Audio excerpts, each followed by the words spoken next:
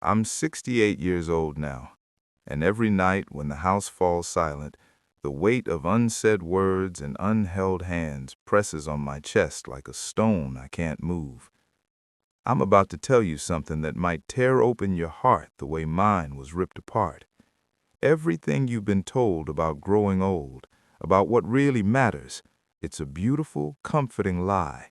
And the people who should have warned you, your parents whispering goodnight stories, your teachers grading your future, society handing you the script, they either never knew the truth themselves or they were too afraid to face it. For the first 45 years, I lived that lie with every fiber of my being.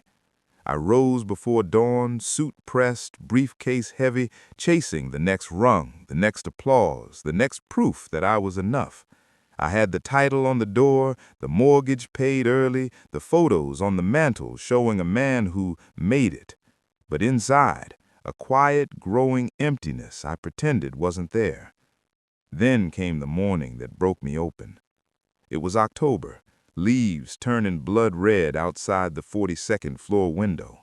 I was mid-sentence in a boardroom, sealing a deal that would have made headlines when fire exploded in my chest.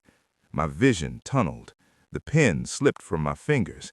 I remember the thud of my body hitting the carpet, the shocked faces blurring above me, someone yelling my name like it was already an echo.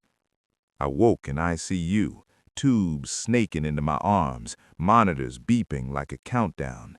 My wife sat in the corner chair, face buried in her hands, shoulders shaking with the kind of silent sobs that only come when you think you've lost the person you built your world around. The doctor said, "You're lucky." Lucky? I just stared death in the face, felt its cold fingers brush my throat, and they called it luck. But lying there, helpless, staring at the ceiling tiles, something cracked wide open inside me. For the first time in decades, I wasn't running. I was forced to feel. And what I felt was terror, pure, bone-deep terror. Because if my heart had stopped for good that morning, what would have been left? A bank balance no one could spend with me, a house that would be sold, a resume that would yellow in a filing cabinet. No laughter echoing in the halls, no stories told around a fire, no one whispering, "He loved me fiercely." Just absence. Here are the lies we tell ourselves every single day, the ones that feel so reasonable until they become chains. I'll do it when things slow down, when the kids are older, when I have more money, when I'm retired. I said them all. I said them while my daughter grew from pigtails to college without me there for half the milestones. I said them while my mother waited for the phone calls that came less and less. I said them while my own heart quietly gave up asking for rest. And then one day you wake up and realize the win never arrives. The goalposts sprint ahead. You catch one, celebrate for 48 hours, then the hunger returns, sharper, hungrier.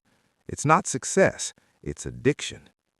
I had a friend, Marcus. We started together, same entry-level desk, same dreams. He built an empire, millions, private jets, the works. "Next year I'll take the family to Italy," he'd say, eyes tired behind the smile. Next year became never. At 61, he collapsed in his office, alone. His funeral was packed with suits and handshakes. His daughter stood at the podium and said, voice breaking, "I loved him, but I never really knew him." The room went so quiet you could hear hearts cracking. That sentence still wakes me at 3 a.m. The regrets that haunt me aren't the deals I lost or the promotions I missed. They are the small, sacred moments I let slip through my fingers. The night my son asked me to read him one more story, and I said, "Tomorrow, buddy, Daddy's tired." Tomorrow never came the same way. The Sunday afternoons I could have driven to my mother's house, sat on her porch, held her hand, listened to her stories one more time. Instead, I answered emails. The way my wife's eyes used to light up when I walked through the door early, until they stopped expecting me early at all. Those are the wounds that never scar over.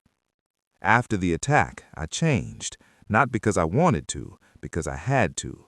I walked away from the corner office, sold the big house, started saying no to people who drained me and yes to the things that filled me. In these 22 years since, I've held my grandchildren until they fell asleep on my chest, their tiny breaths syncing with mine. I've watched sunrises over mountains I once only saw in magazines. I've cried with old friends, laughed until my sides hurt, written letters I should have sent decades ago.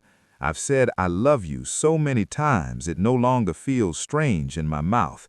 And here's the cruel, beautiful irony.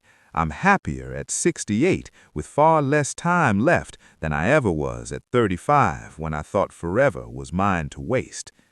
Here are the images that live in my mind now, the ones I wish I could show my younger self. Here is the loneliness of reflection, the quiet ache of looking back alone.